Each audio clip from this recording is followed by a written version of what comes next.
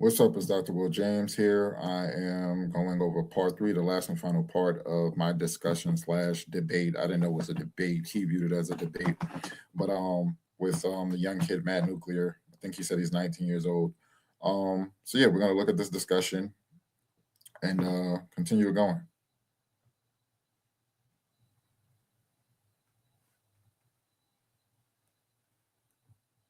Matt, we could come to a common agreement on certain things, but it's when we get to this stuff the way it goes the other way. So I too don't want black people just looking at themselves as victims. This is why in my book Victims, I talk about the significant contributions that black people have made throughout society and history with our contributions to GPS, to dry cleaning, to the doorknob, doorstop, Garrett Morgan with the gas mask stoplight, all of the significant things that we've done.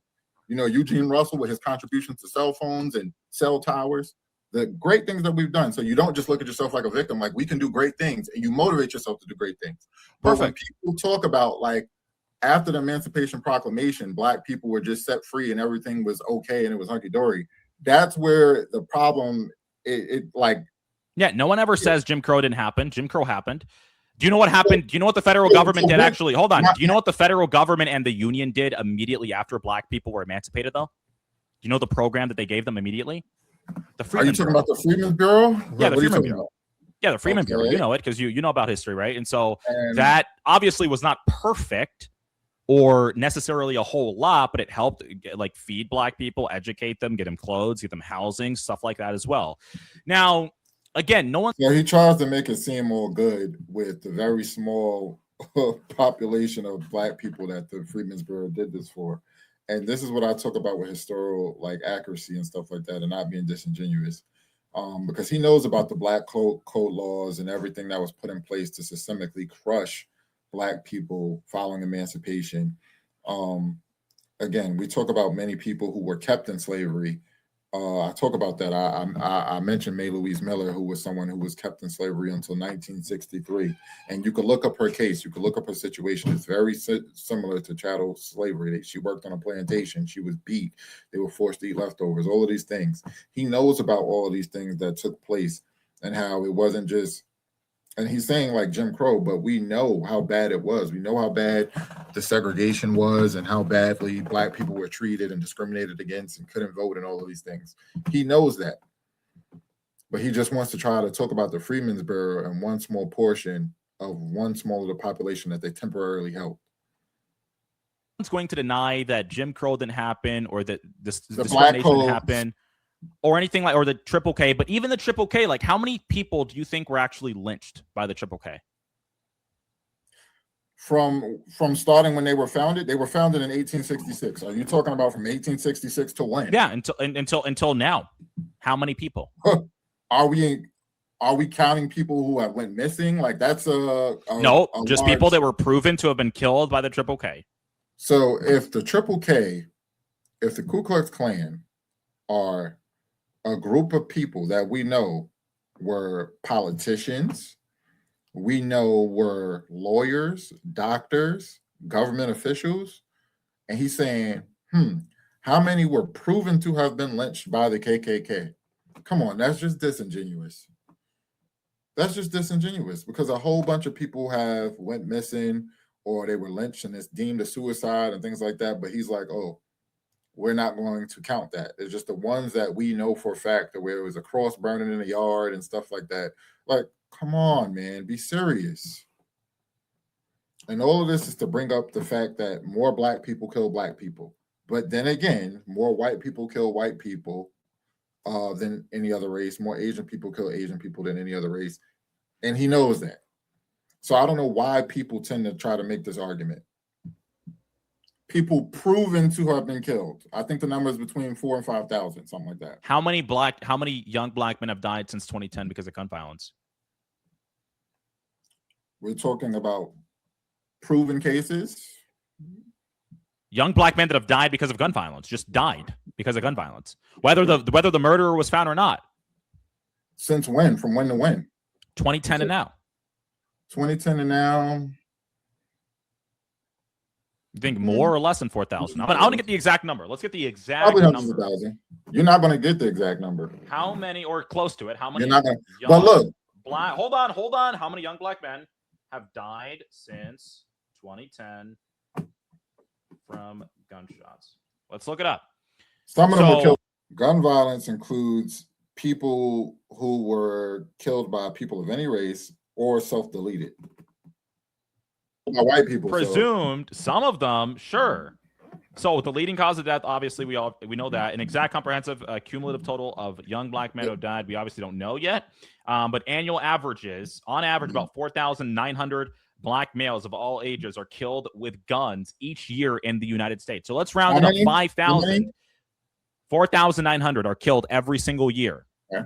The majority of them obviously being killed by other black men.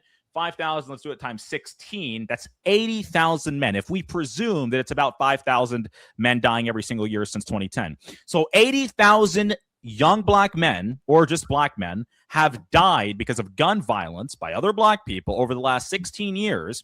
And from the KKK's founding from 1866 to now, it's like hovering maybe over around 4,000, maybe 4,500, depending on the source.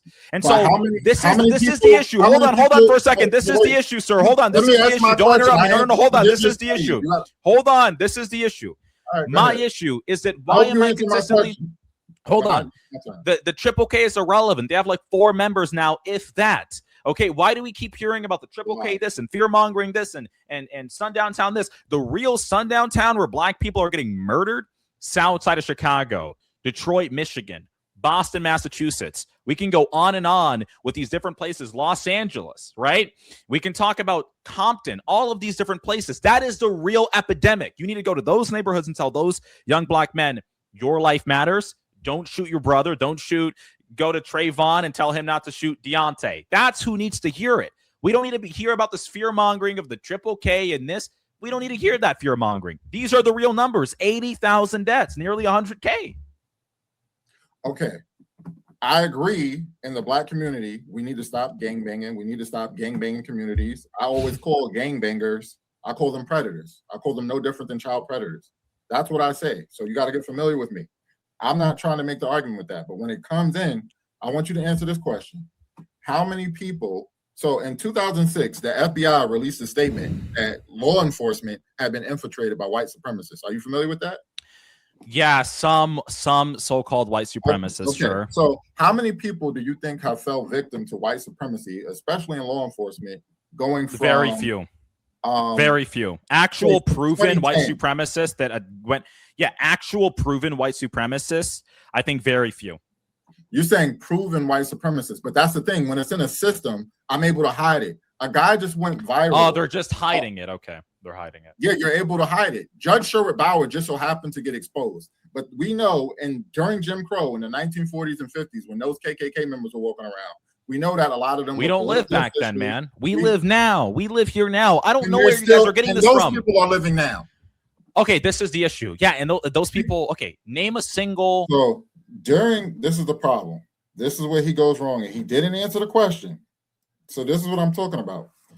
If we can't just get a calculation on how many people were victims specifically, we can't, put a number on it, numerize how many people were victims in the 1940s, 50s, and 60s when the KKK were thriving, and they had hundreds and thousands of members who were government officials, police, in the FBI, things like that, doctors.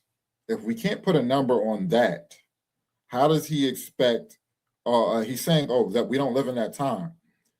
But who's to say that they're not still politicians, lawyers, doctors, all of these people today? Who's to say that they're not those people?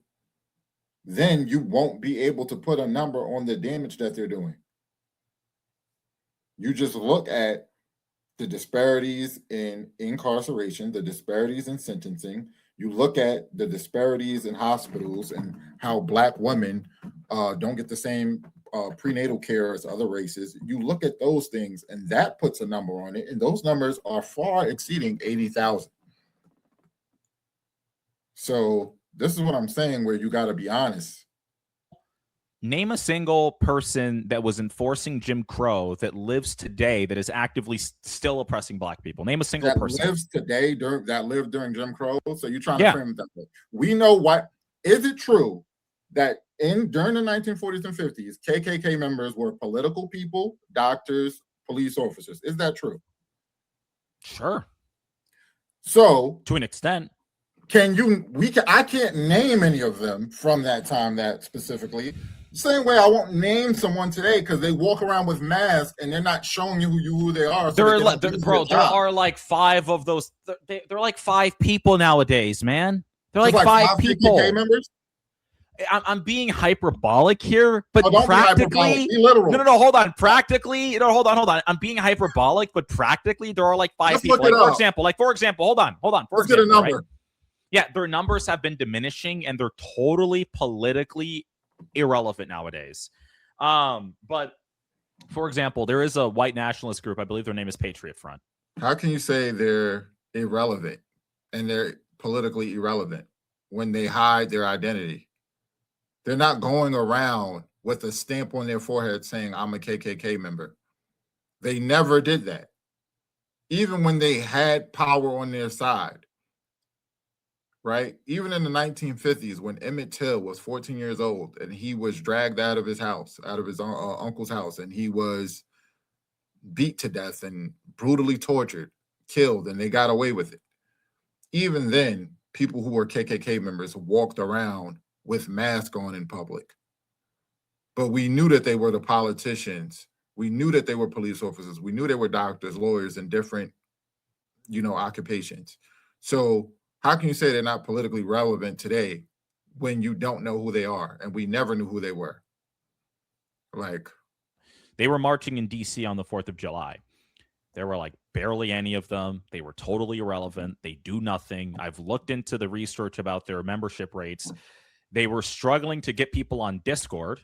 So their numbers are like 200, 5,000 to 10,000. Okay. And what were their numbers? What were the numbers back then? Let's just look it up. Let's just look it up, right? KKK membership over the years. Let's look it up. What does it say over the years? Yeah, just super duper small. 1950s present. Today, the KKK has no central organization. Civil rights watch groups like the like the SPLC estimate that membership has shrunk to a few thousand active members split across tiny, isolated local factions. They're totally irrelevant. By the way, the SPLC is its own little joke because they. If you guys look up the KKK membership in the 1920s and 1930s, it's going to say that they had hundreds of thousands, like around 200,000 when I looked it up. Their numbers did not just dwindle from 200,000 to 5 to 10,000. Okay. I want to know who believes that. Their numbers did not just go from 200,000. These people were with their grandchildren today. My father, not my grandfather, my father was born in the 1930s. Someone who was born around the 1920s, let's say they had a kid when they were, say, 20-something years old. That puts them in the 1940s, depending on when they were born in the 1920s. If you're born in 1928, then they had a kid in the 1950s. That person, if they had a kid when they were in their 20s, we're looking at 1960s. From there, you get the 1980s. And then those people have the kids that we see walking around today. They probably had their kids early 2000s, not early 2000s, around, if you're born in, depending on when you were born in the 80s. Like you were born in 89, I was born in 89. Those people usually were having kids around 2010. And that person is 16 today. So we're talking 4 or 5 generations from there. We're talking 100 years ago. Okay. So we're talking 4 to 5 generations. And you think those people didn't raise racist kids as deep as their ideologies were?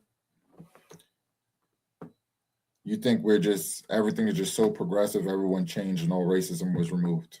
We're funding these white nationalist movements, by the way, which is also another thing, being funded by Democrats. But I know you're not a Democrat, so I won't get you on that one.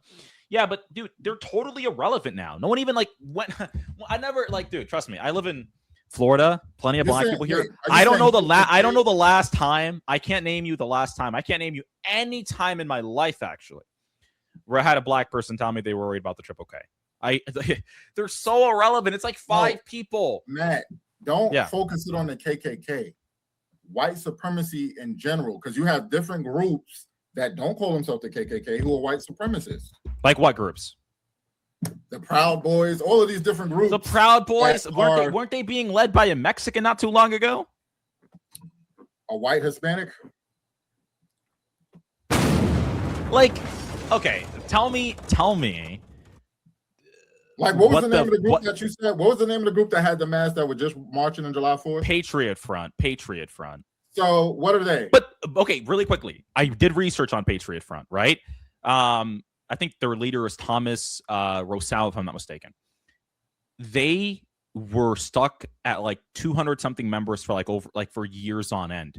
Those groups are so irrelevant, dude. So we named different groups, the Proud Boys, Patriot Front, who are not the KKK, which we know the KKK is still around, and according to some source that lists them at 5,000 to 10,000 members. But again, they don't walk around. It's not something that people proudly claim like a gang. It's not like how someone proudly will claim that they are a member of the Bloods or Crips. These people hide their identity because they're really people with careers. All right. You can't just let it be known in 2026, like, hey, I'm a part of the KKK and I'm going to be the judge over, overseeing your case. I'm a KKK member and I'm your doctor. I'm a KKK member and I'm going to represent you legally. No one would do that. So then when we start naming other groups, he's trying to make the claim that they're irrelevant. These people have careers. So how are we going to get an accurate count of their numbers? Just because some are bold enough to walk around in public with their mask on. Some of them don't even want to risk that because you're talking about their livelihood. You don't want to risk being found out and you're a lawyer or a doctor or something like that and you're being overtly racist in public. So come on, be serious. They're full of incels. They're irrelevant. No one cares. It's irrelevant. I don't go outside and I'm okay, I'm at Nuclear. I'm black. Let me look out for the Proud Boys or let me look out for Patriot Front. No one lives like that anymore. We have to end the fear mongering, man. You know who I do have to look out for though? You know who I do have to look out for though? Who? I don't want to drive through the wrong neighborhood here in Florida and get caught in the middle of a shootout between Trayvon and Devontae. That's what I don't want to happen. So your black self, Matt, if you drive through the wrong neighborhood, if you drive through a sundown town, we will read about it. So you could say that these racist organizations or whatever are irrelevant. They're irrelevant until they're relevant. So you're just not making sense. I have to worry about that more, or getting robbed or getting mugged. I have to worry about that more than I do Triple K members or Patriot Front. Bro. Statistically, you have to worry about that more because you're black. And we know that these crimes that you're naming are proximity based. White people have to worry about that more from white people as well. So that's why I'm saying that it proves no point. Every time they do this, it proves no point. No one cares. It's like they just want to feel thrilled. It's like, yeah, let me get this shield and run around and tell everyone how big I am or whatever. That's it. But no one's worried. Matt, I agree. We already agree on that. They have no power. You already agree we have to work on that. I already agree with that. I'm not one of those people that are going to. And by the way, you're giving them power. By the way, can I say something? You're giving those people power, and a lot of just black activists are giving them power because they're irrelevant. They are like basically 5 dudes running around, maybe posting meme things on X or Instagram. They don't materially affect your life at all. They don't change your life. You're giving them a whole lot of power. They're struggling to find people on Discord, and you're giving them all this power, how tough they are. They're totally irrelevant, dude. Matt, they want you to think that their numbers are something that they're not. Oh, they're not God. They're not going to be. We're talking about leaked documents. Leaked documents show that Patriot Front has been struggling to get members. Leaked documents. So, do you remember what was the name of that KKK leader dude? The Grand Wizard. Forget his name. Someone in the chat will probably remember his name. What's the one I'm thinking of? I had wrote about it. Someone said Bird. David Duke. David Duke. Someone got in the chat. So, do you know how sneaky David Duke is? Do you know that he wrote a book under a black Democrat, by the way? Mm-hmm. You know, he wrote a book as it was something like Brother X or something like that, portraying to be a black guy. And he wrote a book, and then everyone who ordered the book, he wrote their address down, and like he had their name down like as people to kill in case anything happened. Did you know that? How many people were killed?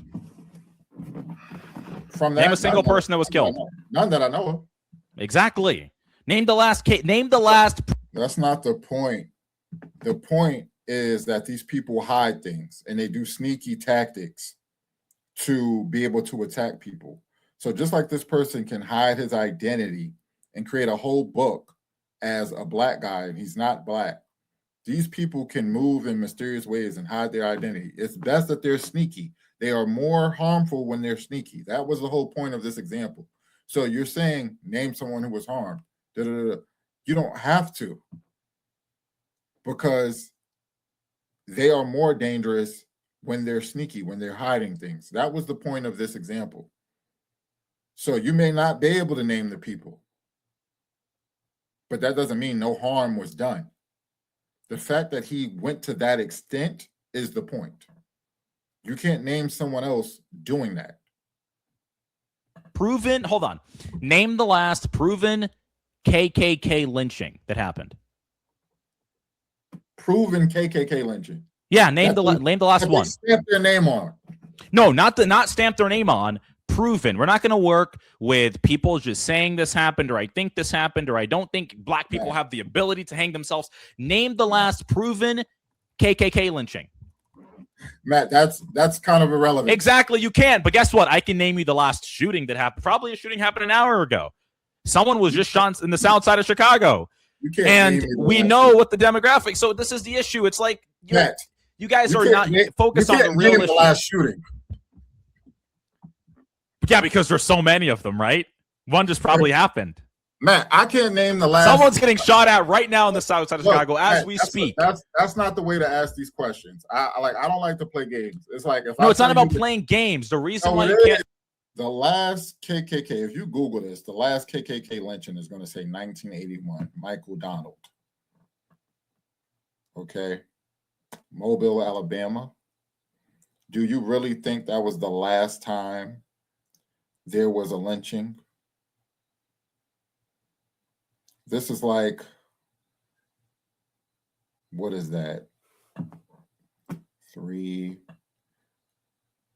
48, 47. Let's see, 1981. 8. This is 45 years ago. You think that this is the last lynching by the KKK? That's the last one that their name is on. Let's be serious. Name the last triple K because it's not something you have to worry about, man. Name the last time.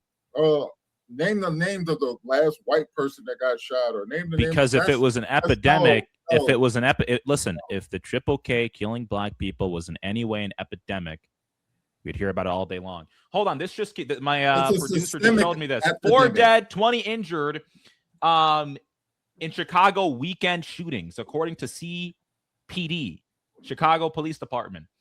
The victims, the ages of the victims range from 5 to 61. This was over the weekend. You won't. I would say that mass shootings, school shootings, are an epidemic in the United States of America, and you can't name the last school shooting. This is why things like this are, it's ridiculous to say. If we say abortions are an epidemic in the United States of America, name the last abortion. Like, how does that sound? Like, name the last abortion case. Like, what are we saying here? That doesn't mean it's not an epidemic. Like, it's just like this is just disingenuous like arguments being made here. Dude, not a single black person has been proven to be killed by the Triple K in like well over 30 something years. We just had this weekend, and if I put your line, like, this is what I'm talking about, man. It's like, but priorities are just wrong, man. Yeah. But you said you've heard of this stat when the FBI said in 2006 that law enforcement had been infiltrated by a white. Yeah, they didn't say to a large level. They said there were some guys they were posting white nationalist things on social media, and it was enough for them to put it. So if those people are law enforcement, isn't it easy for them to cover up a crime that they commit? Cover up what kind of crime? And almost all police officers are required to wear body cam. Kidnapping, a homicide, any crime. Isn't it easier for someone who's law enforcement to cover up a crime than a natural civilian? Well, of course, but there's also procedures and hierarchy and stuff that has to happen. But again, prove that these things are happening. Don't just prove that it can. I don't think it's really that easy. No, because if they're infiltrate, because it happened during. No one is saying that these people are doing this while they're on the clock. No one is saying that a cop has to take you out or do something while wearing a body camera.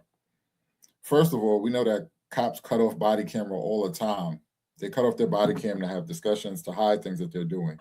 We know that this happens all the time where when they're supposed to be participating in investigations and they give footage late and then there's skips in the footage. And then what do you do about it? There's nothing to do about it because the people in control are manufacturing evidence and there's nothing to do about it. You can try to get a lawyer later and file a lawsuit, but it doesn't change the fact that a crime was committed and covered up, and the people who committed the crime are not going to pay the price for it. There's just going to be a settlement paid out with taxpayer money, not them directly. Crow, and we know it happened. It's been proven. Okay, so that's totally fine, but we don't live. Okay, listen, one, what you're talking about, I think that article only mentioned like a few police officers. That's one. Number two, yeah, dude, I don't think that those. There wasn't a few police officers. It said infiltrated, and people could go look it up. The FBI said this themselves, and he doesn't want to deal with this fact. Like, what percent of the police? What percent of the police department? What percent of police officers do you think are diehard? Huh? Is there systemic racism in America? Certainly not. No, not at all. Was there ever systemic racism in America? Yeah, at one point, sure. When did it stop?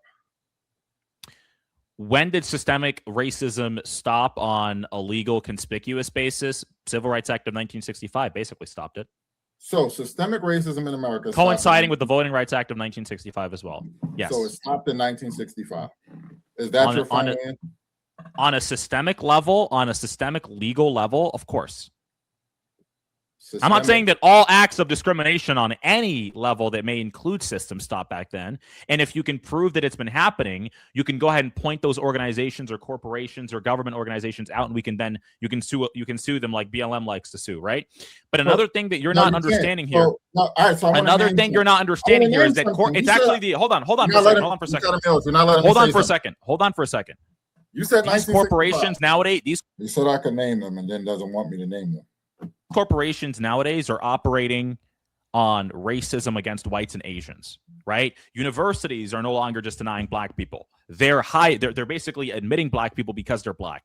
The National College Attainment Network, when affirmative action was a thing, you can do this all you want. No, because you didn't. They defined affirmative. You said I can name them, and then you cut me off from naming them. No, I'm saying I'm not. I didn't ask you to literally name them. I'm saying that you can always name them and sue them and punish them for breaking the law. You can always do this. We have litigation in America. You can sue someone for breaking federal statutes against discrimination. So he's now saying systemic racism can still persist, but if it's systemically racist towards a group of people, a large group of people on a global, a national scale, you just file lawsuits. Okay. Because it's not systemically racist if it's happening to everyone equally, if there's biases against every race equally, that I don't know if you could say the system is racist. You could just say that's a flawed system, that everyone gets their turn. But if it's one particular group, in this case, Black people, who overwhelmingly suffer disparities across different forms of different systems, that's systemically racist. To say, oh, well, when it's done to you, and it's found to be done against groups in banking still, with job discrimination, with arrest, with sentencing, oh, you just file a lawsuit. That's crazy. No one's stopping you, because in all countries there are laws that people can break, that people can be punished for. Okay, but nevertheless, ever since Black people have been getting welfare, DEI, affirmative action, people being hired because they're Black, being admitted to colleges because they're Black. Do I not get privilege? Saying Black people getting welfare when more white people are on welfare. Now we know per capita there's more Black people, but again, socioeconomic status, Black people were impacted more than white people. So, like, be real. Privilege for being, I have Black privilege. So, I'm more likely to go to compare this. According to the Association of American Medical Colleges, I am more likely with on average a lower MCAT score. No, you're gonna let me finish this. On average, with a lower MCAT score. Okay, Dion James, what am I supposed to call you, right? So on average, with a lower MCAT score, I am more likely to get into medical school in comparison to a white or an Asian, because I'm Black. That's Black privilege. Okay, Matt. Now, the Tuskegee syphilis experiment ended in 1972. That was the government of infecting Black men with syphilis. That ended in 1972. And it never would have stopped. It never would have stopped if it wasn't for a white female, a white woman news reporter who broke the story. So another pivot. How did that? Another pivot. That was systemic. Another pivot. This is the issue. No, you said it ended in 1965. I said, really quickly. I said, legally speaking, referencing discrimination, yes, it did end that way, but that doesn't stop people from breaking the law. And another thing is that I'm pretty sure people have told you this before. Yeah, the government sometimes breaks the law. Do you agree? Yeah, they broke the law with slavery. Slavery should have been, well, slavery was legal, but after following that, they said we were all created equal. We clearly weren't. They had put we had the Dred Scott decision. There's several things. We know the government breaks the law. Following 1865, they broke the laws and the rights of Black people several times. It was systemic racism. So that's my point in proving the point that after 1965, it was systemic racism. If the government is breaking the law and oppressing a group of people based on the race, that's systemic racism. You said it ended in 1965, but we see a study where they were infecting Black people only with syphilis to 1972. The government. How is that? So then that just debunks the claim that it ended in 1965. Why wouldn't you just admit that? Yeah, and when they predominantly do it against one race, that's called systemic racism. But nope, that's not what happens though. That's not what happens. This is your issue. They don't predominantly do it. No, they don't predominantly do it against one race. That's totally false. Of course not. Who else was victim to the Tuskegee experiment other than Black people? No, you're mentioning one specific thing, right? I'm saying generally speaking, the government does bad things to all sorts of. From 1932 to 1972, when we live in hold on. So we live in 2000. We live in MK Ultra. Was that against Black people too? When did redlining stop? When did redlining exactly. stop? Well, officially voting, so the Housing Rights Act of 1966 officially stopped it. By the way, do you know that redlining disproportionately, actually, the majority of people that were affected by it were white people? Jewish people, Italians. Yeah, they were. Yeah, they were. No. You know the Levitt brothers, William Levitt, how they created Levittown in Pennsylvania and in New York, and they had deeds that said "Do not sell to Negroes." Do you know about them? Can I ask you a question about that? Sure. Because people mention white flight all the time. I want to get a little philosophical here with white flight. So he's not going to answer the question about that. He says he's going to ask me about that. He was trying to say it impacted redlining. It officially ended in 1966. No, it didn't. We get discriminated against with banking and things like that. Now it pertains to redline, and they've done the studies of how they try to keep Black people out of certain neighborhoods. Your house is a little more likely to get appraised higher when they think the person selling the house is white than if the person selling the house is Black. They've done studies with people within the same household pertaining to be acting like they're white, removing all of the Black pictures from their household, having a friend to pose as the seller, and then they get a higher appraisal, significantly higher. We're talking $500,000 more, $1 million more, $250,000 more on their appraisal. What are you talking about? And he's just going away from the Levitt brothers, who sold houses and sold them for cheaper. And prevented Black people from being able to buy them. Why have we never heard of black flight? From where? Let's say Black people moving out of a neighborhood when white people move in. Why have we never heard of that? Black people moving out of a neighborhood when white people moved in. Yeah. Why have we never heard of that happening? Like the opposite of what we typically hear. You're saying we hear about white people leaving a neighborhood when Black people move in. We don't hear about Black people leaving a neighborhood when white people move in. Yeah. Why do you think that's the case is the question.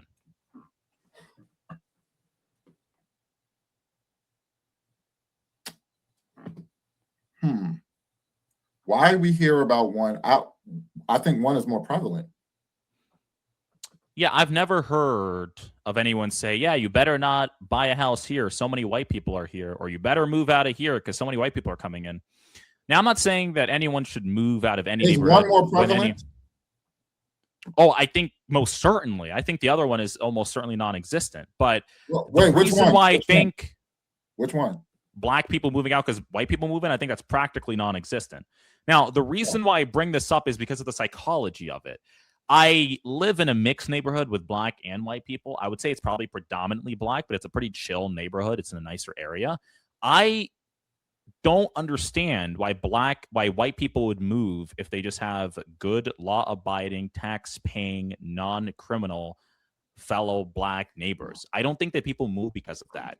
I think people move because of crime, because they hear gunshots, they have to duck, they have to lock their doors at night, which everyone should be doing, by the way, in the modern times. But they have to worry about so much crime and they have to worry about loud music. And also, I think that's why people move. I don't think people move just because, these people that are of a set different color are moving in. No, of course not. And by the way, even they will tell you that. Do you think that the typical argument that is given is, this person's of a different race? No, they're going to lay out problems that are disproportionate. I don't know where the music is coming from. Yeah. They're going to lay out problems that are disproportionate within certain communities that makes them want to leave. Okay? Matt, so back to what you were just saying. Do you think they're moving? By the way, do you think they're moving just because they're Black, actually? Is that your position? Do you think they move out just because they're Black? I think in some cases they just move out because they view Black people as less than, and then when they see us moving in, they're like, well, it's time to go. There goes the neighborhood type of thing. They just view them as less than before they do anything. But I want to ask you, just blank like that. If you live in a wealthy neighborhood, so do white people who live in wealthy neighborhoods, do they move when Black people move in? 10 Black people. Possibly. Yeah. Possibly. Yeah, possibly, but we have no proof of that. No, I'm not saying that we don't have any proof of that. Possibly. I think that it may occur. Yeah, but I think certainly at lower rates. We don't have any proof of that, though. I'm not saying that we don't have proof, or we do have proof. There's no proof of that. I think most likely if they do move out, it's at a very, very, very, it's a much lower rate. If it's a very wealthy and affluent place. Do you want to know why, by the way? Do you want to know why? Why? Do you want to know why? Because they know that person is affluent. That person is wealthy. And wealthy people are less likely to commit crimes. Exactly. Right? Oh, so you're saying it's not just a racial thing. They're not. You're just proving my point. Because you're proving my point. Because if white people, so hold on, if affluent black people move into neighborhoods where there's predominantly white people, and they're like, I'm not going to move out because this black person is probably doing well for himself and rich. I don't think he's a criminal. He's moving into a wealthy neighborhood. Then you're saying it's not just because of melanin content, which is very reductive. It's more about socioeconomic status, right? And how they view the socio aspects of things, how you behave socially speaking as well. I think is very important. I disagree that the issues that people have with different races actually comes down to melanin content. No, I don't think that's what the case is. I think the case is that melanin content is like white people see black people see white people, and people recognize behaviors within different populations. But I don't think that the real issue anyone ever has is this person is just a different color. This is where all of the issues lie. They're just a different color. Okay. We know some people are racist, and we know some people just feel that way. Wait, so have you spoken to racists? Have I spoken to racists? Yes, I have. Out of all of the racists that you ever spoke, by the way, I'm not a racist. I don't even know what that really means nowadays, because some people may call me a racist. I don't know, because it means so many different things nowadays. What really is racism to you? So look, we already said. Just so we already agreed that we know that there's a correlation between crime and socioeconomic status. We know correlation, of course, yes, correlation, undoubtedly. Like that's not the only factor, but of course, there's a correlation. Sure. Yeah, we know that you're more likely to commit all types of crimes, murder, drug dealing, robbery, home invasions, when you are from a low socioeconomic status, and that just that makes sense. If you have $1 million in the bank versus someone who has negative 200, it makes sense. So we know build wealth. Yes, build wealth, make money. Yes, build wealth. So that's what I'm talking about. When we look at the systemic issues, that when people with the Levitt brothers in Levittown in Long Island, New York, they didn't let black people buy houses that were worth $8,000 at the time. They're now worth $712,000, $800,000. Well, you can buy houses. You can buy those houses now. Yeah, but you couldn't if you bought them then, and the black people couldn't buy them then. And now say your grandparents gave you the house and the house is paid off. You now essentially have $700,000 to $800,000 that a black person couldn't build. They couldn't build that generational wealth because of a systemic issue that was in the 1950s and 60s. This is not generational wealth. Let me ask you, speaking of studies and data, there was a 20-year. So he's not addressing that. He's moving on from that point. Study that was done on generational wealth. And they concluded that 70% of generational wealth disappears by the second generation. Did you know that? How much? 70% of generational wealth disappears by just the second generation. So I'm not saying that lingering effects of systemic racism can't explain. What was the name of that study? I can find you. It's a 20-year study on generational wealth. You can just look that up and you'll find it immediately. So he's basically saying lingering effects of systemic racism can still be present, can still impact, basically. I read it a while ago. Just 20-year study on generational wealth. But the interesting part, and by the way, it's very comprehensive. The interesting part about this is the fact that, again, does it account for some variables? Of course. But does it account for all? No. I think very little. I don't think that black people make. So he says there is some impact. I think we're moving the needle maybe a little, Matt. You agree that lingering effects of systemic racism can impact people beyond the scope, beyond the fact that there's still systemic racism, just lingering effects from, maybe the 1930s, 1940s, 1950s, and 60s could be impacting us today. Less than white people because of slavery or Jim Crow or systemic racism or redlining. The same way that I don't think that, because if I did, I would have to somehow explain how the East Asians that also face discrimination make more than whites on average. And then I'd also have to explain why the black Nigerians that come here somehow are able to sort of get through the systemic racism and make more than black Americans. None of that makes any sense to me. Can you explain why do black Nigerian immigrants make more than the average black American? All right, I can explain that. So the reason why you're saying that per capita, we have to look at apples to apples. Again, it's nuance and things, right? When the black Nigerians come over here, for one, their population is significantly smaller than black Americans. Two, that's not true. Yes, it is. Two, when there they are come more over black Nigerians here, than there's. you cut me off. Just Are you talking about generally or just in America? In America. Okay, yeah, but we're doing per capita, per person anyways. What are you talking about? No, calm down. So in America, there's far more black Americans than Nigerians. Two, when those people come over here, they have to get a visa and things like that. They're sending over their best, their elitists, their top of their game that come over here. And then those people get all types of grants and things like that to open up businesses. If I were to compare the top elite black people to just the Nigerian population, then you would see the same exact thing. We're factoring all of the people who face. Yeah, but that's not actually true. And then hold on, I'm not finished because you brought up Asians. Asians too, that's a logical fallacy because they also didn't experience the level of discrimination and the things that black people not enough have discrimination.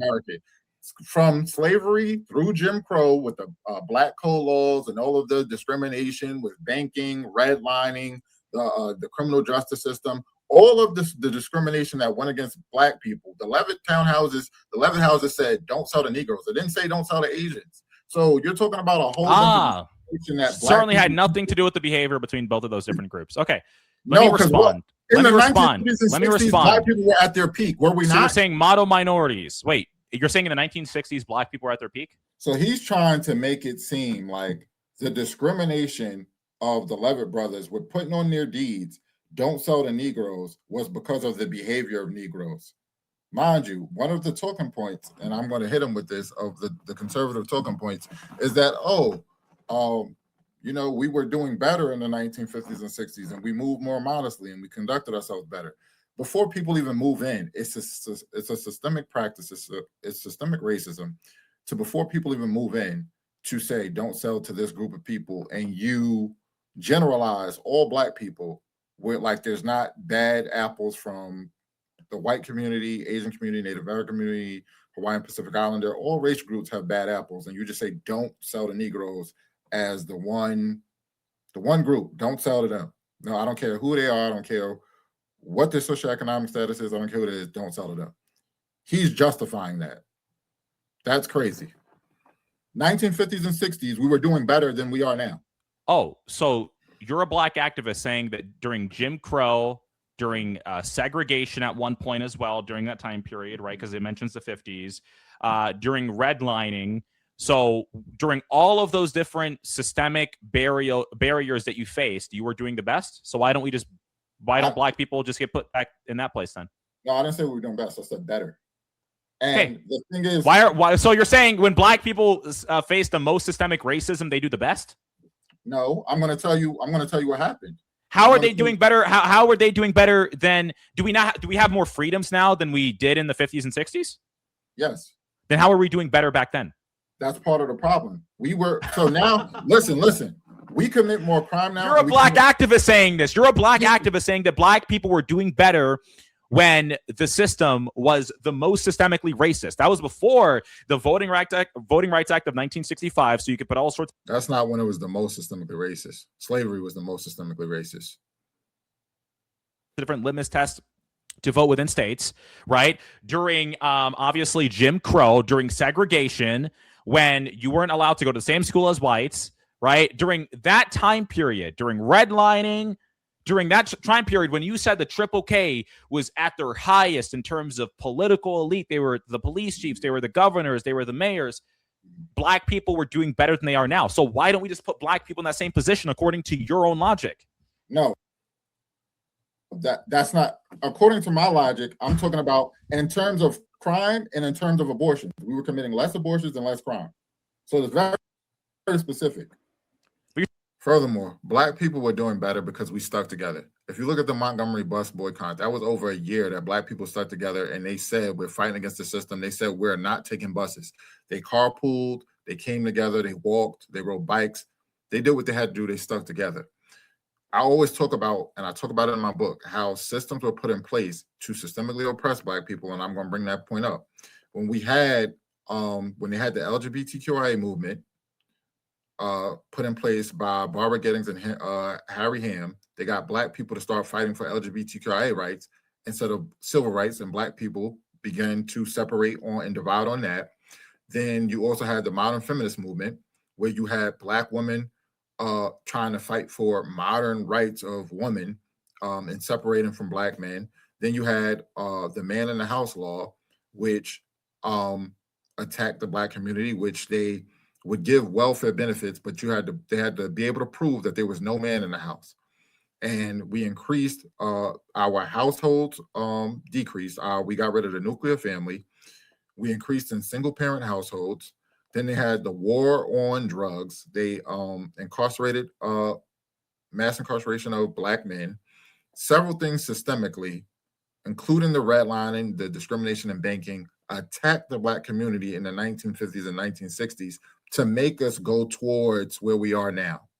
So that is the complete argument of us doing better then. We also have the issues that we do have with our music.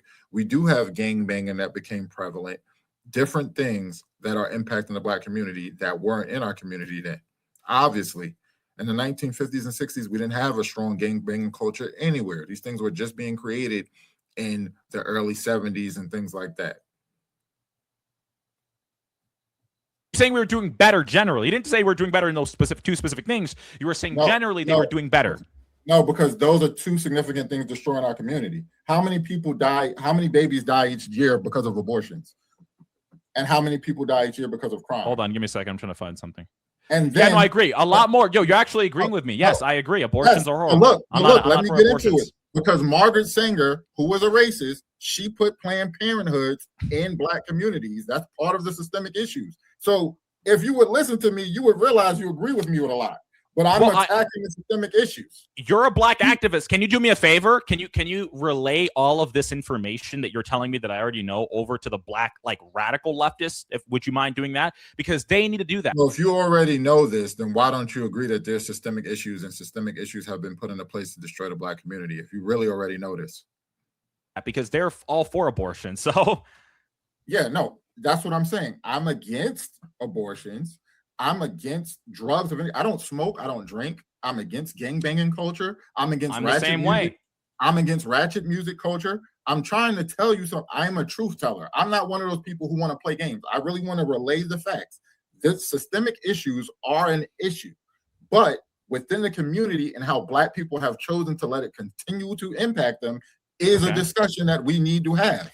I think so that you know who's going to fix it. I agree with you that there are issues within the black community, like social and cultural issues that need to be dealt with. I don't think that the system is racist. If you're going to bring up things like Planned Parenthood, that may be the unique situation where I may agree on that, obviously, being a big issue. But yeah, I think all of the different familial issues can be handled internally. I don't think the government's going to help. What about the war on drugs? Nowadays, I don't think that. I think that the no, not now. When the 1980s, when they had the disparities between cocaine and crack. Okay, you're going back in time all the time to find some issues that were going on. I think the war on drugs was generally a good thing, though. The same way with the three strike rules was also a good thing because I want criminals off the street. But Matt, when we look at those laws, and they knew that black people were predominantly going to be caught with crack. And were they disproportionately possessing it? Crack, yes, and white people had cocaine. Well, that explains it. But look, white people had cocaine. It's one decimal of a chemical that separates the two substances, and you would get 10 times the amount of time. How about not carry crack? But why not sentence the white people to 10 years for cocaine if you're going to sentence the black guy to 10 years for crack? I didn't make the laws, but how about... See, he's not addressing systemic racism, systemic issues when it was clear targeting of black people for mass incarceration. He just says don't have crack when the white person could have not had, they shouldn't have cocaine either. Both people are doing something they shouldn't do with illegal substances, and they're very similar, just as detrimental to a community, just as detrimental to the body, but you're saying, hey, just don't have crack. Like this doesn't address the actual facts. None of them do either. I'm telling you, when we look if you already know the system, this is another thing about ignorance. If you already know the system is against you and they want to do extra punishments on you or whatever, why would you possess it at all? Matt, they shouldn't possess it, but they were putting it in the communities too. No, they weren't. That's a myth. They weren't putting it in the communities. What are you talking Let's about? look at this. Okay, well, this is interesting. I'm not gonna take anything out of your book to be factual. Okay. No, because I'm gonna get the source. Another thing is this also. Okay, you're saying they were putting it in there. What they were airdropping it, like, you know, when they were airdropping it. They were airdropping it. They were airdropping it. Sure, they were airdropping it. Anyway, another interesting part I want to look at is, like, you're saying, people will say, well, they were putting drugs and all of that sort of stuff and narcotics in the communities. They were also putting books in those communities. They were also putting physics books. How many people were picking up those physics books? Hold on, listen to this, Matt. So, how many people were picking up the physics books? Hold on, listen. Former LA police narcotics officer Michael Ruppert alleged in the mid-1990s that the CIA was directly involved in running drugs throughout the United States, corroborating information presented in police officer. That was it. He was not a federal officer at all. Police narcotics officer. Hold on. Okay, local police officer. Alliance by investigative journalist Gary Webb, whose death by 1994 by 2 gunshot wounds to the head was deemed a suicide. Michael Ruppert coincidentally committed suicide in 2014. Throughout the 1970s and 1980s, there was an introduction of the promotion of drugs such as cocaine and crack.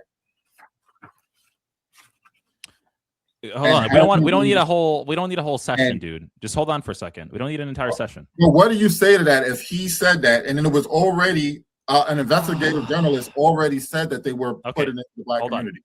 So I don't think he quoted the investigative journalist who wrote about this in detail in a book. They said in 2014 that he died from self-deletion with 2 gunshot wounds to the head. And obviously, if you self-delete, why would it be more than 1? So it hints to, a takeout job. And then, some people are arguing, maybe there was some type of recoil and your hand hits it twice. It doesn't make sense. I've never seen a self-deletion with 2 gunshot wounds, but you guys can look up that case and you guys can tell me, like, hey, was he silenced or what? But he's not addressing the facts. And then he's going to play games again. And then I'm going to say something that comes from the Nixon administration, people in the Nixon administration saying that they were out to target Black people. One guy who was not even a federal agent, who I'm not even sure of the evidence that he was able to provide saying something doesn't mean anything, because with all due respect, it's really not all that hard to become a police officer. And it truly isn't surprising at all in this day and age when people decide to lie for views and clicks and money and fame and accuse. That was in the 1990s. Let me ask you, people were lying for fame back then too. Let me ask you, what was his most damning evidence for his accusations against a Central Intelligence Agency? What was his most damning evidence since you read about the case? His most damning evidence? For the CIA putting drugs in the Black community intentionally.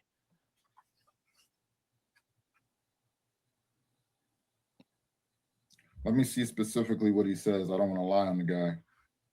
Okay. Because he's making a claim, but this is the thing. I really don't believe claims from anybody. I don't even care if you're the president. I don't believe just claims, guys. I believe evidence for the claims. So I can say that I cured cancer or breast cancer, or I went to the moon today. That does not matter. Even if I'm Matt Nuclear, who, to be honest, I'm not really famous or anything, right? At least not yet. Semi-famous, I guess. Even if I'm the CIA director, which would be a lot more. This guy's a local police officer, okay? Evidence is what's important, not just claims. So you read about him, right? What was his most damning evidence for the CIA actually putting drugs in the Black community? Because he said it as a police officer, not even as a federal agent. What was... Mind you, we have entire police agencies that have been caught planting drugs and things like that on people of color. And he knows this. He knows this. There's actual evidence for that.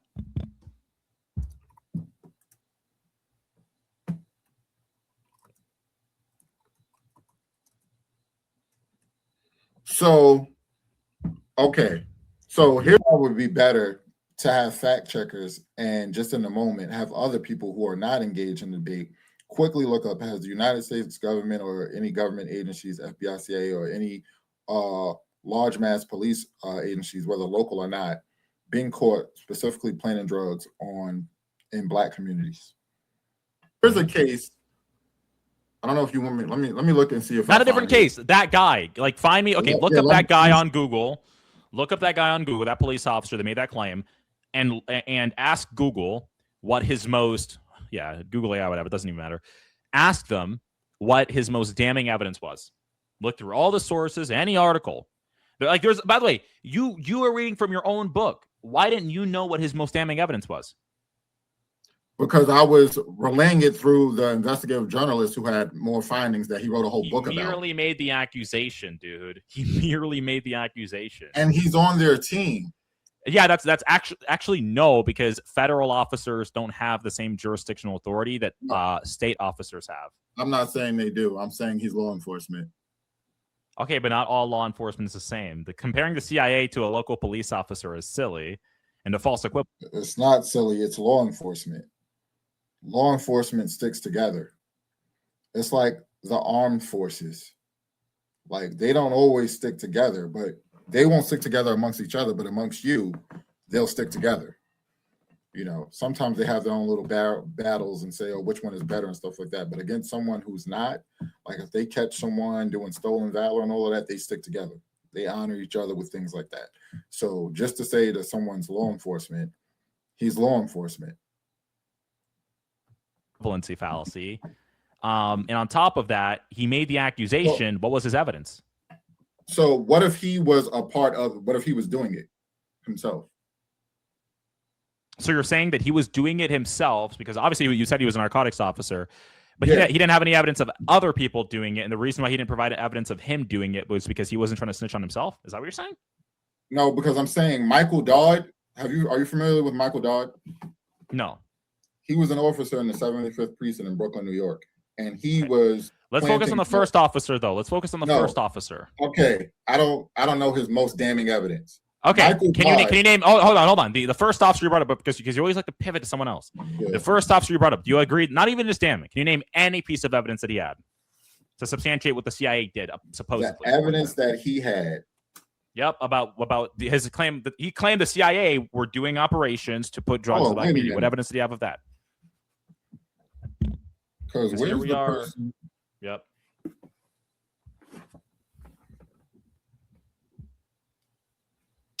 By the way, I'm going to wrap up my show here in a second, so let's make sure we do this. John N. Ricklickman, President Nixon's counsel and assistant for domestic affairs, revealed in 1994 the real public enemy in 1971 was not really drugs or drug abuse. Rather, the real enemies of the Nixon administration were the anti-war left and blacks. So that right there is someone who tells you that they were targeting the black community. Enemies of did I hear that right? Enemies of the administration? Listen, I'll say it again. Yeah, they were saying that black people were the enemies of the administration, right? President Nixon's counsel, President Nixon. So before we get to President Nixon, Michael Ruppert, okay? Michael Ruppert, his evidence, he cited statements from former DEA agents, including Celerino Castillo III, court records involving Contra-related traffickers, public testimony from law enforcement officials, the reporting of journalist Gary Webb, which I mentioned, documents concerning U.S. support of the Nicaraguan Contras. If you ever watched the TV show Snowfall, it shows CIA agents, which is historically accurate. It shows CIA agents working to plant drugs in these communities. According to the U.S. Department of Justice Inspector General, when CIA investigators interviewed Ruppert, he acknowledged that he had no firsthand knowledge of Contra cocaine trafficking and had never met several of the principal traffickers discussed in the controversy. Much of his information came from other individuals rather than his own direct observations. But obviously, he is not going to whistleblow the people he knows.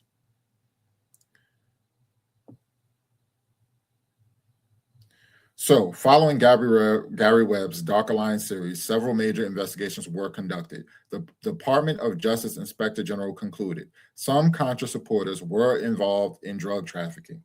So, this is a fact. The Department of Justice Inspector Control, again, so we can run from this, and I'm going to post these clips. The Department of Justice Inspector General concluded some Contra supporters were involved in drug trafficking. The investigations into those traffickers were sometimes poorly coordinated. The investigation did not substantiate the claim that the CIA itself was involved in or protected a conspiracy to flood Los Angeles with crack cocaine. The CIA Inspector General likewise concluded that it found no evidence that the CIA as an organization or its employees conspired with or assisted Contra-related individuals in drug trafficking. However, the report also criticized the agency for continuing relationships with certain Contra figures who had drug trafficking allegations against them and not for consistently investigating or acting on those allegations.